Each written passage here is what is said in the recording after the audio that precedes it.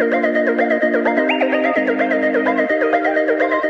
morning YouTube and welcome back to my channel. It is February the 14th, which makes it Valentine's Day, and I have the day off, and not only do I have the day off, it is a rest day.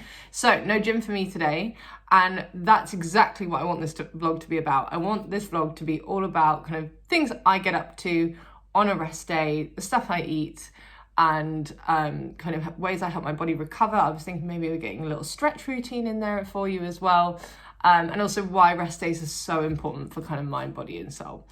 So I also sent my check-in to Kerry on Wednesday, and she has given me the all clear as of Monday to start my 16-week prep. So at the end of this week, I am officially stopping bulking, no more off-plan meals, no more little bits here and there.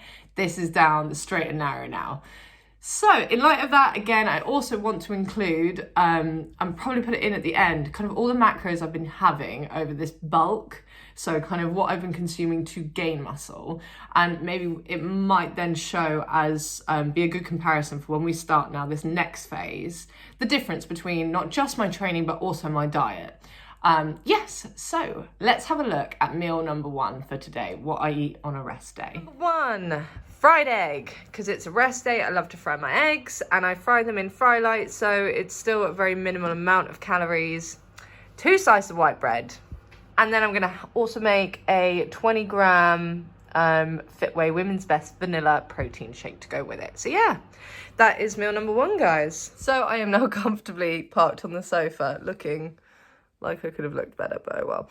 Anyway, I am currently now writing up clients' programs. So they are, after a personal training session, I will go home, record all the weights you lifted, all the sets, all the reps, all the exercises, and then I can email it over to my clients. Let's have a quick look. So we've got a 1,000-meter row. That's our warm up. Then we have the type of training that it is, so the kind of exercise, what type of exercise it is. Here we've got ascending pyramid as a chest press. So she's starting with a light weight, almost to warm up the muscle, getting heavier and reducing the rep range. Then that's the weight we're recording as we go, and then the amount of reps she's getting per set. So she's bang on all of her reps there, meaning next week we'll probably increase the starting weights, just so she kind of, it's not always just bang on the sets. I do sometimes give rep ranges where it's not so stuck, especially when I don't know someone, so it gives them a bit more of a broad spectrum, but I know her quite well, so I know roughly what she'll struggle for 15 reps with and what she will like ace 15 reps with. Anyway, then we have multi-sets, so you're just performing one set after another. Ascending pyramid again. I really like ascending pyramids. They're a great way of warming a muscle up before loading it with extra weight, which is really good for this client in particular. Then we have drop sets, so you're performing just a simple multi-set basically, and then after you go to failure, I just drop a plate anyway. You can drop 1 or 2 plates, but in this case we're dropping a plate each time and then just pumping out as many more reps as you can manage. So like you can see, set 1, she did 8 reps, we dropped a plate, she got 6 more reps, we dropped another plate, and then she just managed 3 more reps. As that has progressed, she's getting pretty much about the same. You see set 2, that second drop, she's really just managed 3, then another 3, and then it's still, so you're overloading the muscle gradually just with lighter weight instead of just like pushing harder and harder with a heavy weight. Then we have another standard multi-set, descending pyramid. So that's where she's starting with a heavier weight, and so like lower reps, and we're doing that for 3 sets, and then we're ending with what I almost call like a finisher. So you're doing 20 reps, so with a much lighter weight, in this case half the amount of weight, just for 1 set, just to get that fatigue into the muscle and put a bit of lactic acid in there. Then we have finishing kind of just with a multi-set. Usually I find with core, obviously you tend to have just like a standard multi-set. Sometimes it might be timed, but in this case we've got 10 reps, 4 sets of just crunches on the Swiss ball. So yeah.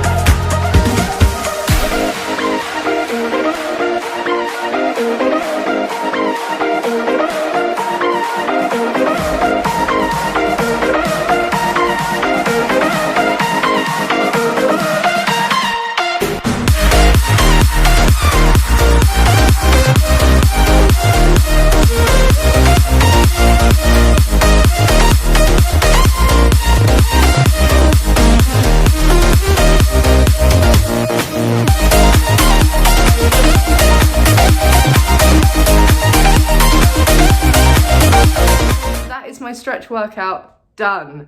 It's no excuses really for that one. You don't need any equipment. I had a mat, I did find one in the end, but that was really only for where I was filming. It had to be on the wooden floor. If I was not vlogging this, I could have just done it upstairs in the bedroom using the carpet, absolutely fine. You don't need anything else, just a pair of hands to pull your legs about. That is pretty much it. So let's move on and let's have a look at my meal number 2. Number 2, it looks measly. I mean, what does it look like? But we have 2 chicken sausages that I actually got to grill today, which was fab. 1 bagel thin with 35 grams of jam. And yeah, that's it. The only difference between this and my training day post-workout meal, which in theory this would be, is the fact I don't have a squares bar with it. And we come to the second part of this vlog, and it's really just a breakdown about why we take rest days, why they're so important, and how they're actually going to benefit your training and help you build muscle instead of just pounding it out in the gym every single day. So, I, as always, have made some notes, so I don't completely have to take this 50 times. Right. Rest days. The most important thing about rest day is it's going to affect how your body not just recovers, but builds muscle after exercise. You think when you're lifting weights, you're currently building muscle, but you're not. You're breaking it down there and then. Every time you lift that dumbbell or you squat that weight, it is breaking muscle down. The recovery period within your training program is so important because that is the chance where your body gets to build, grow, you nourish it with the proper food on your rest day.